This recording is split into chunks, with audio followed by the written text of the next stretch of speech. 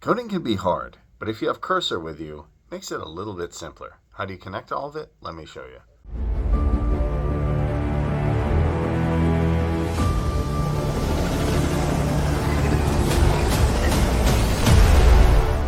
So for all you coders out there, this is a video for you. So if you're not technical, this might not be your thing, but Cursor I find to be very useful. Now you might be thinking, what the heck do I mean by that? Cursor?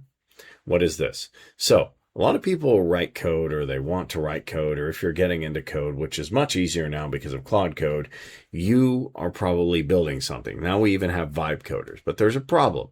Sometimes the code you write isn't good. Or sometimes the code you write, you know the logic, but you just don't implement it correctly. So what happens?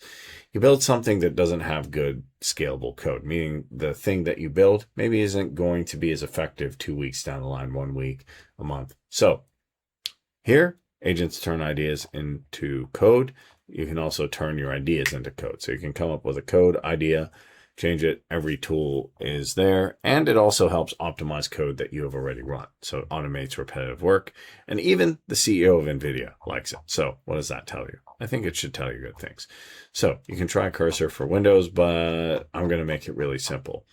So you go ahead and you download it. It's going to download. Then you want to go ahead and install it.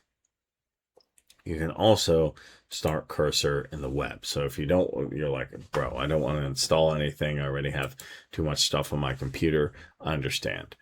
And if you want to use it on the web, you just simply sign in with Google and you can go ahead and use it.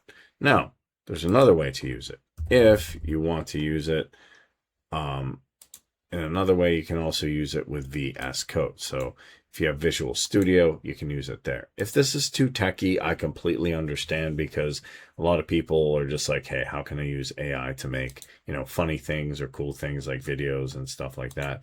And I think that's great. But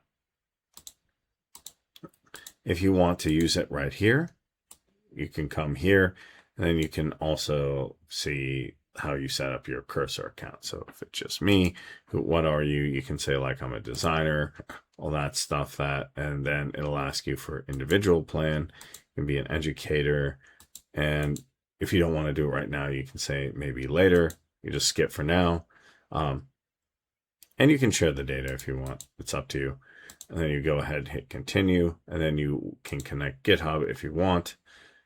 You can also download it. I'll do this later. And that's how you would set this up in the cloud. So now we have Cursor here. And you can get an iOS, but you can ask it to fix bugs, to explore, to do things.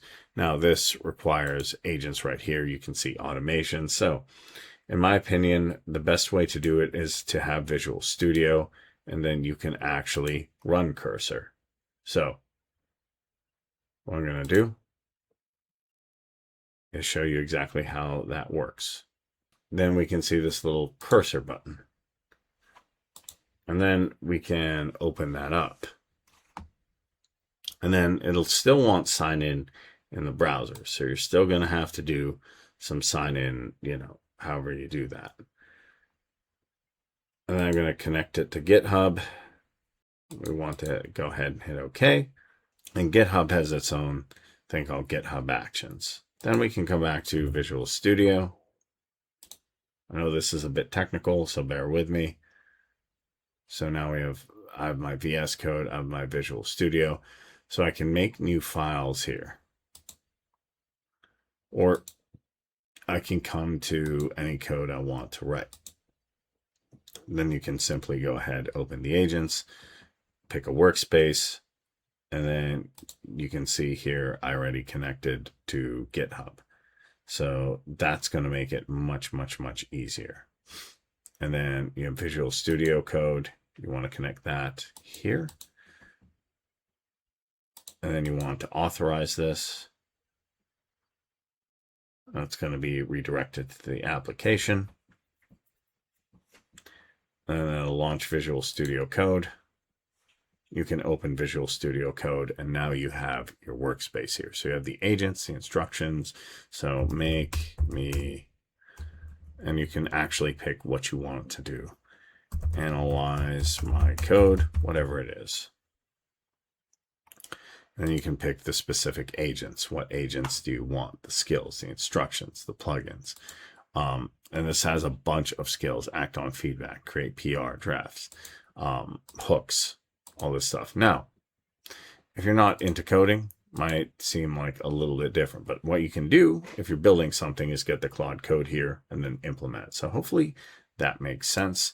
And you can pick a workspace that you want. If you have an AI chat app, if you have text, if you have like a coding challenge here, you can pick that. You can see like this stuff here. And now you can start to go ahead and play with it. And I'm not going to even say like, oh, am I a developer here? Like analyze the index file. And it can do that. And that's what I like about this. It's not super, super complicated, but you can say like, oh, okay, here, there's an error here, or there's a problem here. We can see the files and the different changes here. So that's a little bit on Cursor.